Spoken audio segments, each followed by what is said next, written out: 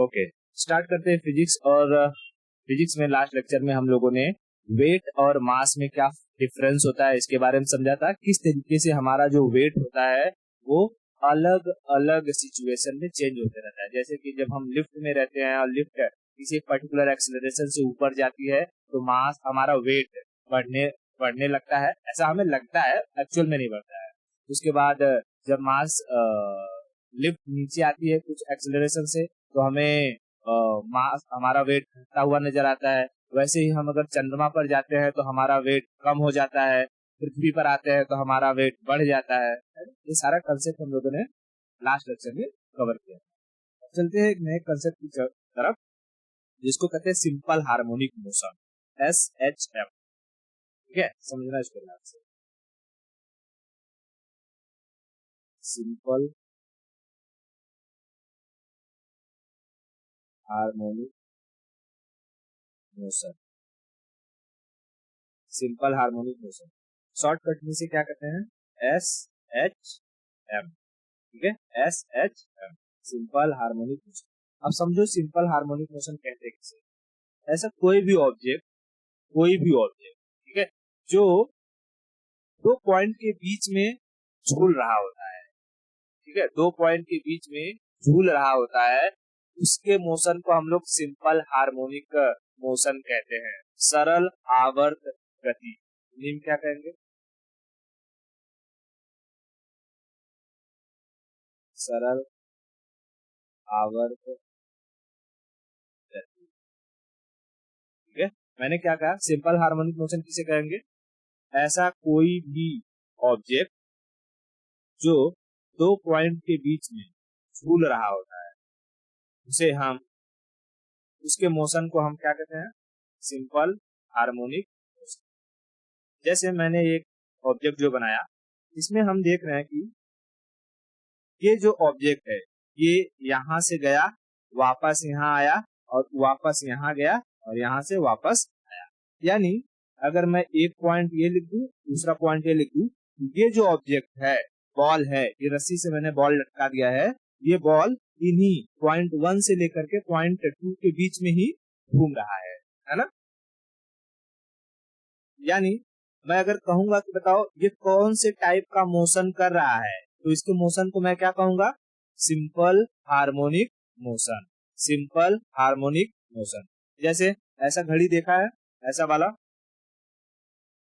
है ना, कहीं, हाँ, तो बड़े बड़े इंस्टीट्यूट वगैरह में लगा रहता है, उसमें ये जो रहता ना लटका रहता है, ये एक्चुअली में ऐसे ऐसे घूमते रहता है, घूमते रहता है। तो ये भी एक पॉइंट से दो पॉइंट के बीच में ही मूव कर रहा है ना।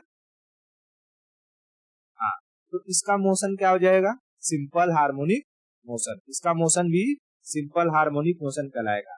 अब ये काम क्या करता है, ये घड़ी तो जो चलती है वो सेल से चलती है, और इसको चलाने के लिए अलग से सेल चाहिए रहता है, और ये सिर्फ ना कितने घंटे होते हैं, टन टन टन की आवाज करता है।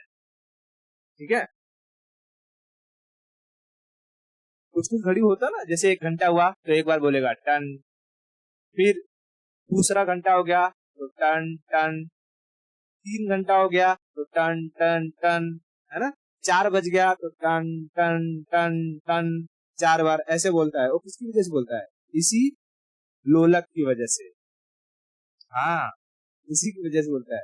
और इसको कहते हैं ना, जब भी कोई ऑब्जेक्ट ऐसे दो दो पॉइंट के बीच में मोशन करे तो उसके मोशन को हम सिंपल हार्मोनिक मोशन कहते हैं, और उस ऑब्जेक्ट को हम लोग पेंडुलम कहते हैं। क्या कहेंगे, पेंडुलम। जैसे अगर तेरे पास कोई रिंग होगा, रिंग, उसको में धागा बांध करके उसको लटका दे। अब इसे भी अगर तू ऐसे ऐसे मूव कराएगी एक पॉइंट से दो पॉइंट के बीच में, तो इस सिस्टम को हम क्या कहेंगे, पेंडुलम। ठीक है, पेंडुलम, पेंडुलम। पेंडुलम क्या है, कुछ नहीं, कोई भी ऐसा ऑब्जेक्ट जो धागे से बंधा हुआ हो, लटका हुआ हो, दो पॉइंट के बीच में घूम रहा हो, उसे हम पेंडुलम कहेंगे। Are you getting my point? Okay, ठीक है। अब देखो, अब जैसे यहाँ मैं रिंग न लटका करके अगर मैं यहाँ पर कोई मटका लटका दूं, मटका, तो ये भी क्या हो जाएगा, एक पेंडुलम हो जाएगा, ये भी एक पेंडुलम हो जाएगा। इतनी बात क्लियर है मेरी? आवाज जा रही है क्या?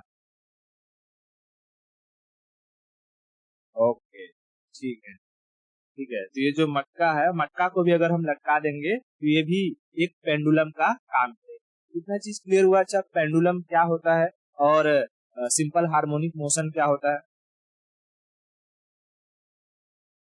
देख, पेंडुलम ये ऑब्जेक्ट को कहेंगे, जो एक, ये ऑब्जेक्ट मतलब थ्रेड हो गया ये, और उसमें लटका हुआ बॉल हो गया, इसको हम पेंडुलम कहेंगे।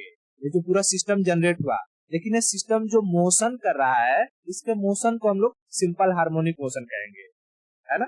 जैसे कार में तो बहुत सारी वैरायटी है, मतलब कार में 4 पहिया, ऊपर सा खोपड़ी, कार कहलाएगा। लेकिन कार की अपनी अलग अलग वैरायटी है कि नहीं? कोई लंबोर्गिनी है, कोई टोयोटा है, कोई ऑडी है ना, टेस्ला है। तो वैसे ही ये जो सिस्टम बना है, ये जो सिस्टम मैंने बनाया कि एक धागा है, धागे से बनकर लटका हुआ कोई चीज है और दो पॉइंट के बीच में ये मोशन कर रही है, तो इसको हम पूरे सिस्टम को पेंडुलम कहेंगे, पेंडुलम। लेकिन ये जो पेंडुलम कौन सी गति कर रहा है, कौन सा मोशन कर रहा है, उस मोशन को हम सिंपल हार्मोनिक मोशन कहेंगे। ठीक है, ओके। अब देखो, ये जो पेंडुलम होता है ना, पेंडुलम में सबसे इंपॉर्टेंट होता है कि हम लोग ये जो लेंथ है, आगे का लेंथ कहाँ से कहाँ तक कंसीडर करते हैं। तो ध्यान रखना, जैसे कि ये पेंडुलम को मैं किसी चीज से लटका रहा हूँ और ये धागा है, धागे से जो भी चीज बांधी जाएगी, या चाहे वो बॉल हो, ठीक है, बॉल हो, तो ये लेंथ कहाँ से लिया जाएगा पता है? इस बॉल के सेंटर ऑफ मास से, इस बॉल के सेंटर ऑफ मास से। यानी जब हम लेंथ की बात करेंगे कि भाई पेंडुलम का लेंथ कितना है, एल, एल इज पेंडुलम का लेंथ, पेंडुलम लेंथ। तो कभी भी लेंथ कहां से कंसीडर किया जाएगा? ऑब्जेक्ट के सेंटर ऑफ मास से, ऑब्जेक्ट के सेंटर ऑफ मास से। अब मान लो कि यहीं पर ये जो बॉल है, बॉल की जगह अगर मैं किसी आदमी को लटका दूं, बॉल की जगह किसी आदमी को लटका दूं, ठीक है, आदमी को, तो बताओ इसका पेंडुलम का अब लेंथ कहां से लिया जाएगा? इसके नेवल से, यानी इसके नाभि से, ठीक है। ये इसका पेंडुलम का पूरा लेंथ हो जाएगा। इसी की जगह, आदमी की जगह अगर मैं कोई मटका लटका देता हूँ, आदमी की जगह कोई मटका लटका देता हूँ, मैं मटका, मटका लटका दो, तो बताओ इसका लेंथ कहां से लिया जाएगा? मटके के बीचों बीच से, सेंटर ऑफ मास से। तो एक चीज और हमने क्या क्लियर कर लिया, जब भी हम पेंडुलम की लेंथ की बात करेंगे तो उसका लेंथ ऑब्जेक्ट के सेंटर ऑफ मास से लिया जाएगा। ठीक है, ओके। अब हम आगे कुछ और कंसेप्ट को समझते हैं। ठीक है, देखो, अब जब ये पेंडुलम सिंपल हार्मोनिक मोशन करता है, मूव करता है, तो इसमें ना कुछ कुछ चीजें हमें ध्यान रखने वाली है। जैसे जैसे मैं समझाता हूँ, देखो, पेंडुलम को हम लटका कर ऐसे छोड़ देंगे, यहाँ पर अभी रुका हुआ है, यहाँ पर ये रुका हुआ है ना, धागा अगर हम लेंगे तो नीचे की तरफ रुका रहेगा ना, यहाँ यहाँ पर रुका रहेगा, नहीं, ये बीचों बीच नीचे की साइड रुका रहता है। जहां पर पेंडुलम रुका रहता है उसे कहते हैं मीन पोजीशन। क्या कहेंगे? Mean position, mean position, mean position. और हम किसी भी पॉइंट से इसको, मान लो यहाँ से हाथ से पकड़ा मैंने, यहाँ तक ले गया और यहाँ से छोड़ूंगा, जब यहाँ से मैं छोड़ूंगा तो जहां तक जाता है, ऊपर जहां तक जाता है, उस डिस्टेंस को या उस डिस्प्लेसमेंट को कहते हैं एम्पलीट्यूड, एम्पलीट्यूड, एम्पलीट्यूड। बताओ, मीन पोजीशन से तय की गई मैक्सिमम दूरी क्या कहलाएगी?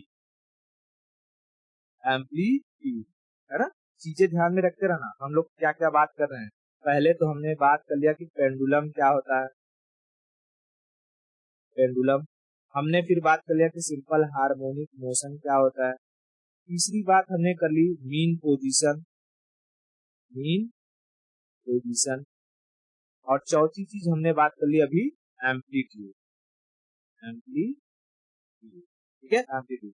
एम्पलीट्यूड को हम लोग नॉर्मली ए से रिप्रेजेंट करते हैं, ठीक है, ए से रिप्रेजेंट करते हैं। अच्छा देखो, कभी कभी अगर हम ध्यान से सोचे कि ये एम्पलीट्यूड कितना हो सकता है, तो कभी कभी अगर मैं इस धागे मतलब इस बॉल को पकड़ के यहाँ तक ले जाऊं, यहाँ तक, तो मैक्सिमम मैक्सिमम ये धागे का लेंथ जितना बड़ा होगा उतना ही दूर ये बॉल जा सकता है कि नहीं? क्या धागे का लेंथ अगर इतना बड़ा है, यहाँ तक एल है, तो ये बॉल यहाँ तक चला जाएगा?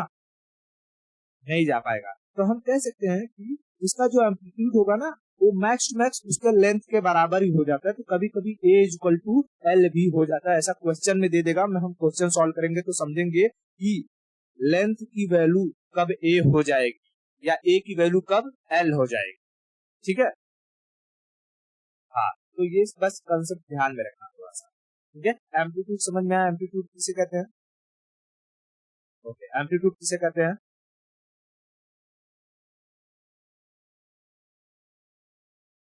हाँ, maximum distance from mean position covered by the pendulum is called amplitude, amplitude. अच्छा, आप देखो ध्यान से, हाँ? अब करो। जब ये एम्पलीट्यूड अगर जाने में मैंने कहा कि भाई जितनी दूरी गया उसे हमने एम्पलीट्यूड कहा, ठीक है, तो भाई आएगा भी तो भी तो एम्पलीट्यूड ही कहलाएगा, है ना। यानी देखो, एक बार गया एक एम्पलीट्यूड मतलब ए हो गया, फिर यहाँ से आएगा तो भी तो उसे एम्पलीट्यूड ही कहेंगे कि कुछ और कहेंगे, है ना।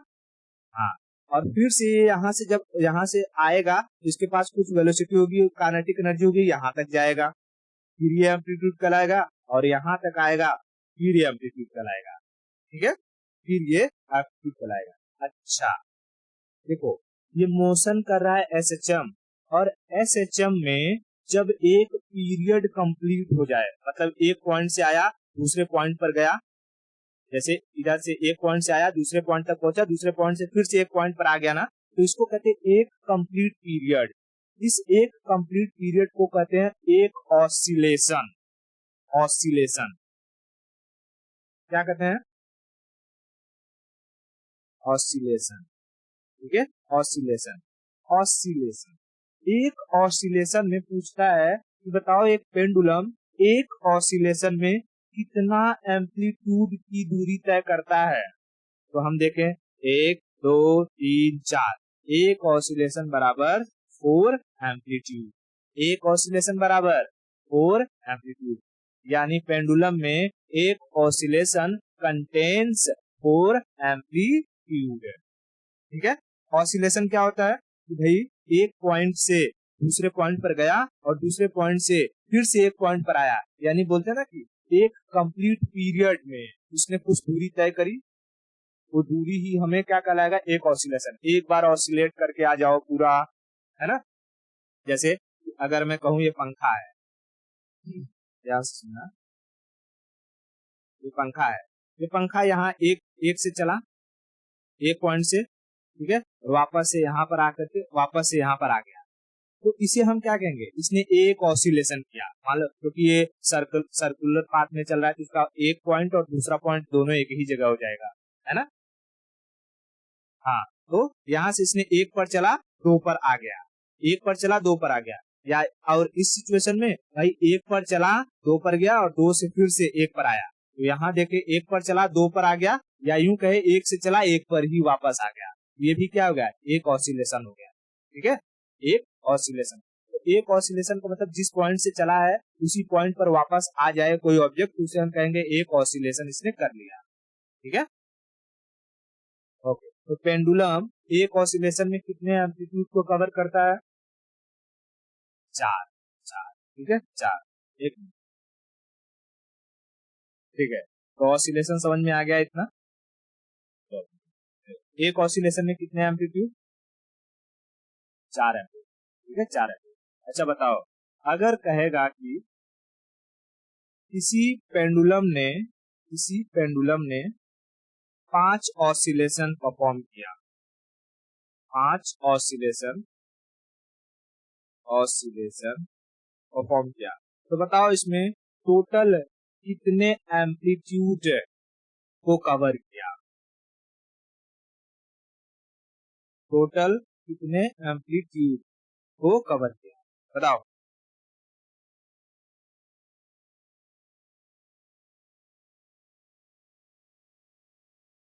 हाँ, तो 5 ऑसिलेशन में कितना एम्पलीट्यूड होगा?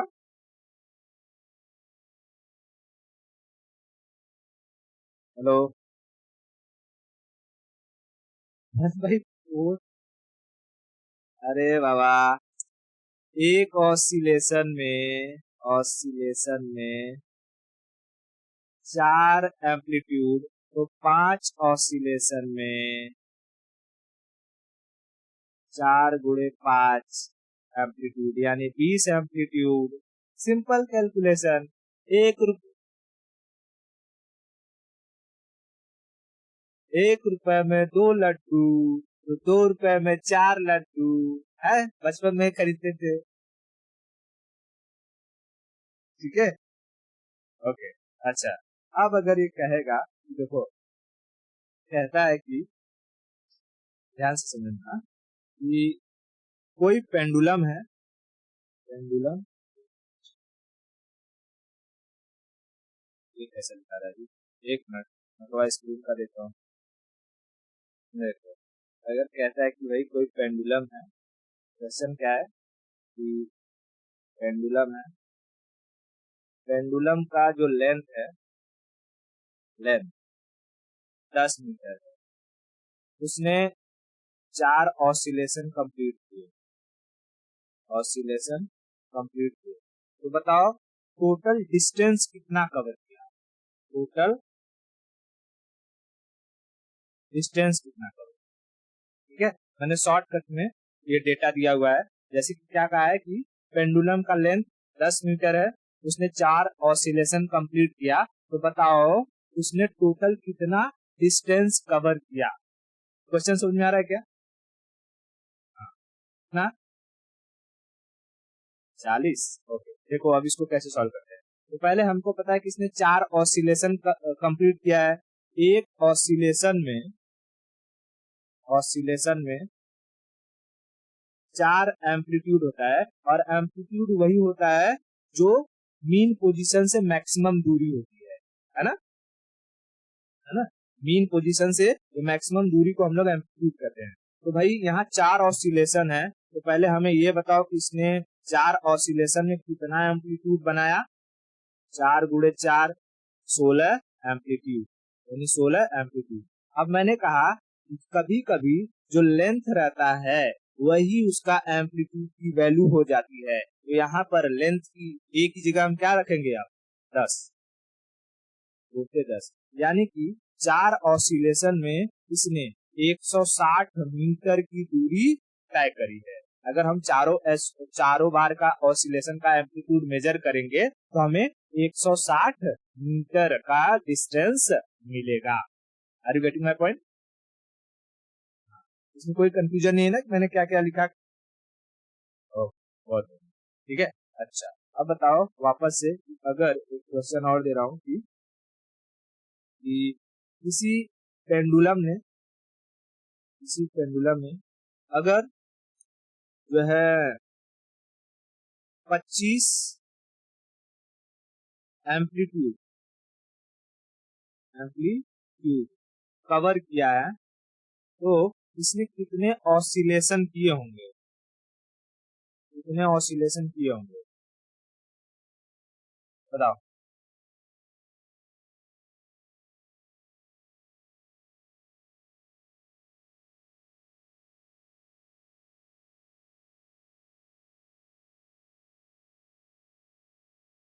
6.1, 6.1 मतलब ऐसे अगर रेशियो में ही बताना रहेगा तो, हाँ, जैसे कि इतने बाई इतने हो गया, काट पीट के नहीं बताना है, नॉर्मली वैसे रेशियो में बता दो।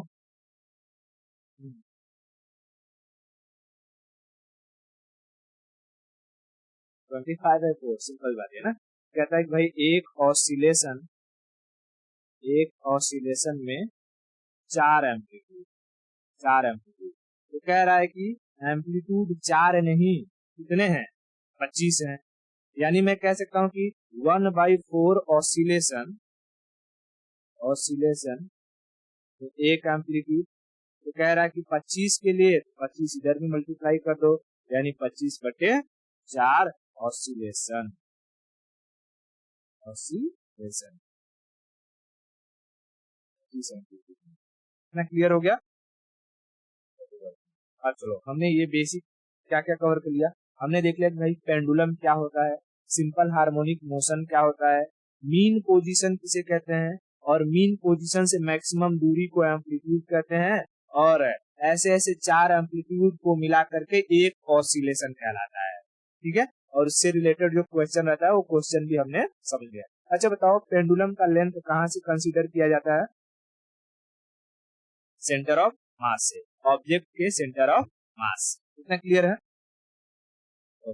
अब एक सवाल करता है कि बताओ पेंडुलम का टाइम पीरियड कितना होगा। ठीक है, मतलब कि ये जो पेंडुलम, जो लोलक होता है, इसको पेंडुलम को हिंदी में कहते हैं लोलक।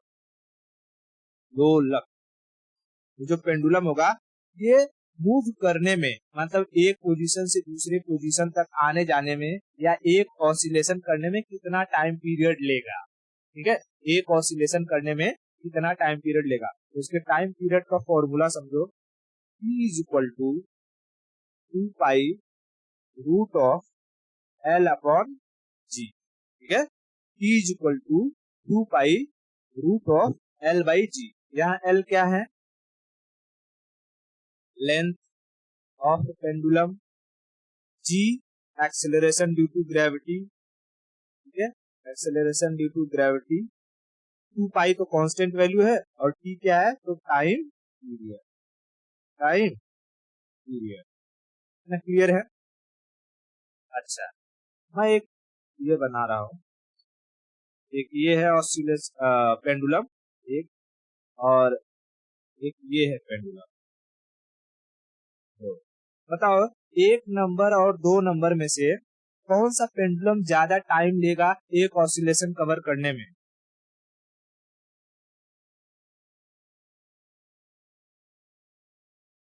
तो क्यों ज्यादा लेगा?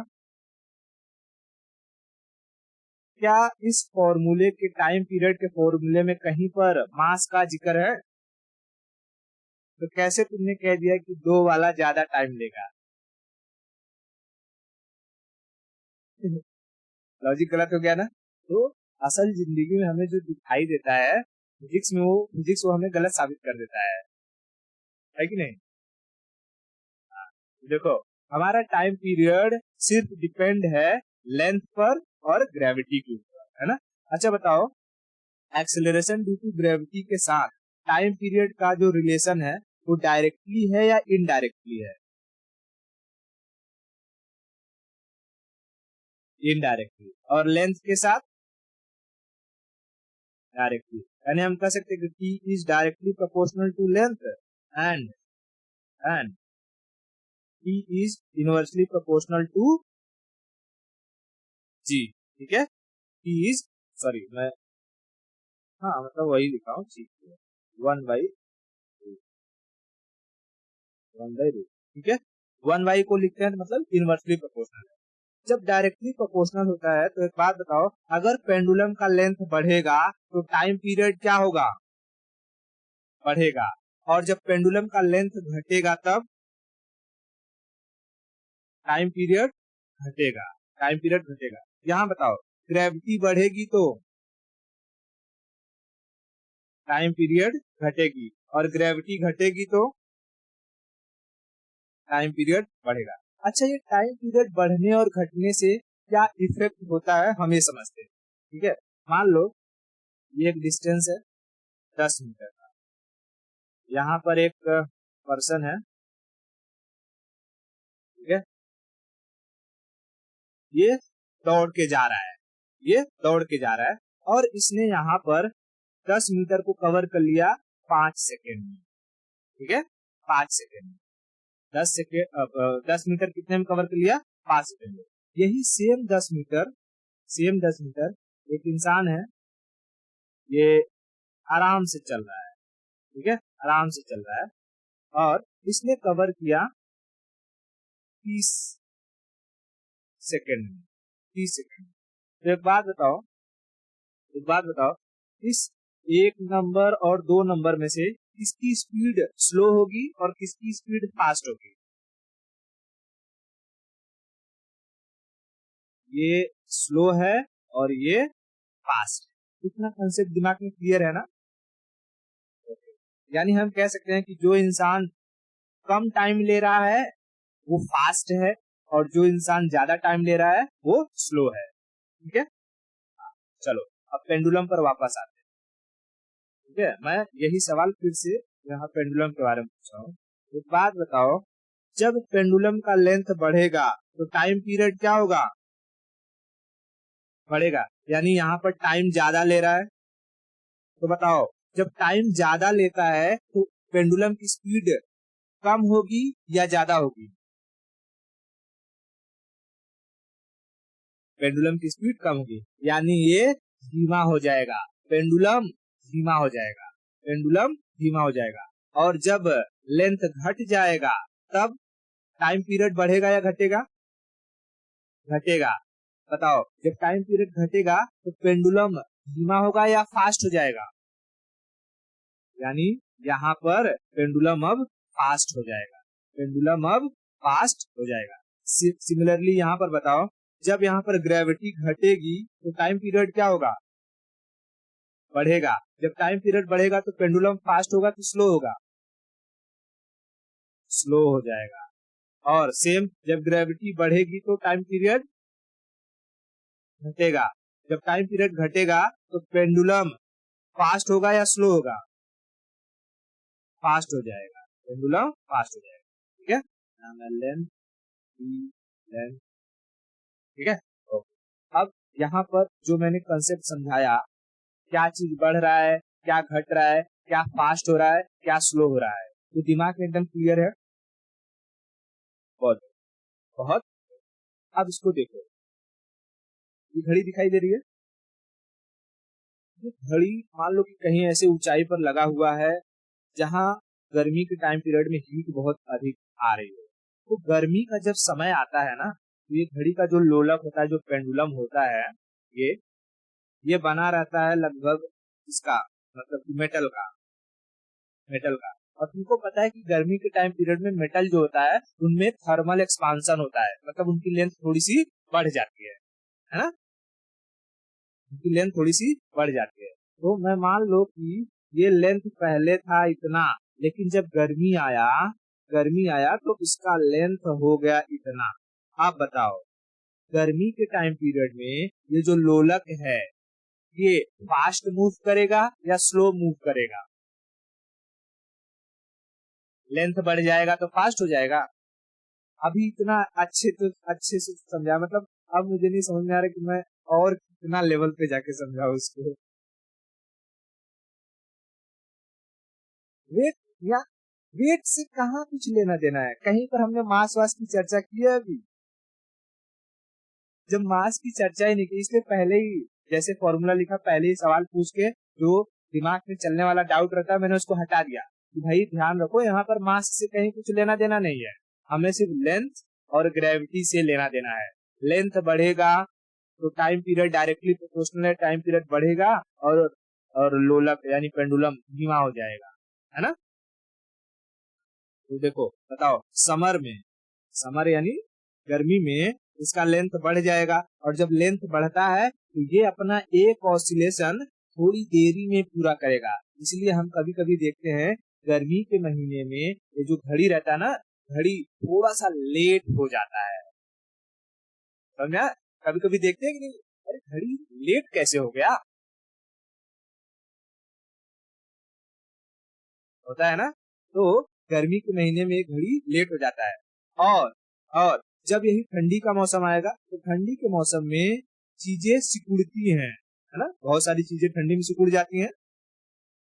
हाँ, तो जब सिकुड़ती हैं तो देखो, मान लो कि इसका पहला लेंथ यहाँ तक था, लेकिन ठंडी में ये सिकुड़ करके यहाँ तक चला गया, थोड़ा सा ऊपर। अब देखो, इतना बढ़ या इतना घट नहीं जाता कि हम लोग नॉर्मली ऑब्जर्व कर पाए। इसके लिए वर्नियर कैलिपर वगैरह का इस्तेमाल करते हैं, उससे हम लोग देख सकते हैं कि भाई हाँ, इसमें थोड़ा मिलीमीटर mm में थोड़ा क्या हुआ है, बढ़ोतरी हुआ है। अब यहाँ पर धरती पर है, चीजें नॉर्मल है, थोड़ा बहुत घट रहा है बढ़ रहा है हमें कोई फर्क नहीं पड़ रहा है, लेकिन सोचो अगर यही हम स्पेस में जाएंगे, स्पेस क्राफ्ट बनाएंगे, उसमें 1 mm या 1 नैनोमीटर की भी गड़बड़ी पूरे मिशन को फेल कर सकती है, लोगों की जान ले सकती है कि नहीं, है ना। इसलिए बताओ, जब विंटर का सीजन आएगा, विंटर के टाइम पीरियड में इस पेंडुलम की स्पीड बढ़ेगी या घटेगी?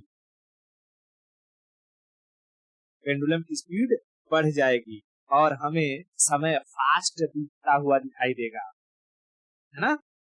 हाँ, तो ऐसा होता है कि नहीं होता है? होता है। इसके पीछे क्या है वजह? यही फिजिक्स है, फिजिक्स ही एक बड़ा वजह है। इतना चीज क्लियर हुआ? अच्छा, अब जैसे थर्मल एक्सपांशन जो मैंने कहा, तो इसका एक बेहतरीन एग्जांपल है, जो ये रेलवे ट्रैक होते हैं, हमें कभी कभी दिमाग में क्यों नहीं आता कि अच्छे रेलवे ट्रैक में बीच बीच में गैप क्यों देता है और गैप दे करके पट्टी क्यों मार देता है? क्यों नहीं ये पूरा एक सिंगल ही रखता है इतना दूर तक, है ना। इसकी एक वजह ये रहती है कि जब गर्मी का महीना आता है तो गर्मी में ये क्या होता है, बढ़ता है और एक्सपांड होता है। अगर इसमें गैप नहीं देंगे ना तो इसमें क्रैक आ जाएगा और ये फट जाएगा, ट्रेन आएगी पलट जाएगी। इसीलिए कुछ कुछ गैप दिया जाता है कि जब गर्मी में बढ़े तो ये जो गैप है वो फील हो जाए आराम से, और ठंडी में जब ये छोटा हो तो वापस से उतना पर थोड़ा सा आ जाए। और इसके लिए यहाँ पर इससे जोर दिया जाता है ये टूट करके अलग ना हो। समझ में आया? हाँ, ये सब हीट वगैरह पढ़ाऊंगा तो उसमें भी और अच्छे से बताऊंगा कि थर्मल एक्सपांशन कैसे होता है। ठीक है, जस्ट यहाँ पर एक दिमाग में आइडिया देने के लिए कि भाई कैसे होता है थर्मल एक्सपांशन, मैं यहाँ पर बता रहा हूँ, है ना। मैं क्लियर हो गया? अच्छा, कभी झूला झूला होगा, झूला, तो झूला में कभी कभी, पहले ये दिखा देता हूँ, हम लोग देखते हैं कि गांव वगैरह में तो दो साइड लोग खड़े हो जाते हैं और एक बार किसी ने झुला दिया, उसके बाद एक बैठेगा, एक खड़ा हो जाएगा, एक फिर ये खड़े हो जाएगी, फिर ये बैठ जाएगी, और ये झूला कंटिन्यूअस चलते रहता है। हमें कोई एक्सटर्नल फोर्स लगाने की जरूरत नहीं पड़ती है ना। तो झूला भी अपने एक पॉइंट से लेकर के दूसरे पॉइंट तक ही मूव करता है, तो हम इसको कह सकते हैं कि नहीं, ये क्या है, एक पेंडुलम का काम कर रहा है। हाँ, तो बताओ, बिना कोई एक्सटर्नल फोर्स लगाए ये झूला कैसे मूव कर रहा है? इसके पीछे क्या साइंस है? तो भाई देखो, जब ये इंसान, देखो पहले समझो यहाँ से, ध्यान से, ये नॉर्मल झूला पे पहले समझा। मान लो कि एक कोई है, ठीक है, और ये झूला पकड़ लिए, बताओ अभी ये झूले पे खड़ी है तो पता नहीं है गिर जाएगी, उनका है नेवल यहाँ पर। तो झूले का जो हम लेंथ लेंगे वो यहाँ से यहाँ तक लेंगे, ठीक है। ओके, अभी याद रखना, ये मैं पॉइंट लिख रहा हूँ, ये एल है, यहाँ पर एल है। अब इस महिला को अगर मैं बैठा देता हूँ, चलो महिला बैठ जाओ, महिला गई बैठ और इनका नेवल आ गया नीचे, ठीक है, ये यहाँ। अब बताओ ऐसी सिचुएशन में लेंथ क्या हो गया, बढ़ गया। अब ये लेंथ आ गया यहाँ, ठीक है। मैं L1 या L2 लिख दूं, मैं यहाँ लिख सकता हूँ L2 is greater than L1, यानी जब हम झूले पर बैठ जाते हैं तो ये झूला जो पेंडुलम की तरह एक्ट कर रहा होता है उसका लेंथ बढ़ जाता है। बताओ, पेंडुलम का लेंथ बढ़ता है तो वो टाइम अपना एक ऑसिलेशन करने में टाइम कम लेता है या ज्यादा लेता है? लेंथ बढ़ेगा, लेंथ बढ़ेगा तो टाइम बढ़ेगा, डायरेक्टली प्रोपोर्शनल है ना बाबा, है ना। तो टाइम जब बढ़ेगा, टाइम बढ़ेगा मतलब झूला धीमे होने लगेगा, मतलब एक ऑसिलेशन करने में उसे ज्यादा टाइम लग रहा है, यानी उसकी स्पीड घट जाएगी, है ना। समर की सिचुएशन में हमने क्या देखा, ये लोलक धीरे हो जाता है, विंटर में लोलक मतलब ये पेंडुलम फास्ट मूव करने लगता है। तो सिंपल सी सिचुएशन है, जब मैं इस झूले पर बैठ जाऊंगा तो झूले का लेंथ बढ़ जाएगा अकॉर्डिंग टू फिजिक्स, पेंडुलम के कंसेप्ट के अकॉर्डिंग, और ये झूला धीमा हो जाएगा। लेकिन जब मैं खड़े हो जाऊंगा तो लेंथ घट जाएगा और इसकी स्पीड बढ़ जाएगी, है ना। तो देखो जब यहाँ पर सेम सिचुएशन लगता है, एक इंसान बैठता है, जब बैठेगा तो लेंथ बढ़ जाएगा, झूला का स्पीड कम हो जाएगा, लेकिन जैसे ही दूसरा इंसान खड़ा होगा ये इसका लेंथ घट जाएगा और स्पीड बढ़ जाएगा, और फिर ये अल्टरनेट तरीके से होते रहता है, स्पीड बढ़ता है घटता है, बढ़ता है घटता है, और ये झूला continuous due due due due ऊपर नीचे करते रहता है। समझ में तो समझ में आ रहा है कि ये झूल रहे हैं, इनको थोड़ी पता है कि ये फिजिक्स का रूल अप्लाई कर रहे हैं, लेकिन जिंदगी में फिजिक्स हर जगह है ना। इतना क्लियर हो गया। बहुत बहुत इतना कंसेप्ट अगर क्लियर हो गया हो तो बताओ हमने अभी अभी क्या क्या पढ़ लिया है। सिंपल हार्मोनिक मोशन हमने पढ़ लिया, पेंडुलम इसे कहेंगे। उसके बाद एम्पलीट्यूड, एम्पलीट्यूड फिर हमने क्या पढ़ लिया, और ऑसिलेशन, ऑसिलेशन फिर हमने क्या कर लिया, टाइम पीरियड, टाइम पीरियड, ठीक है, टाइम पीरियड। ये जो बेसिक बेसिक कंसेप्ट है हमने समझ लिया है। इतना क्लियर है। तो आज के लिए इतना रखते हैं, बाकी की स्टोरी हम नेक्स्ट लेक्चर में, ठीक है।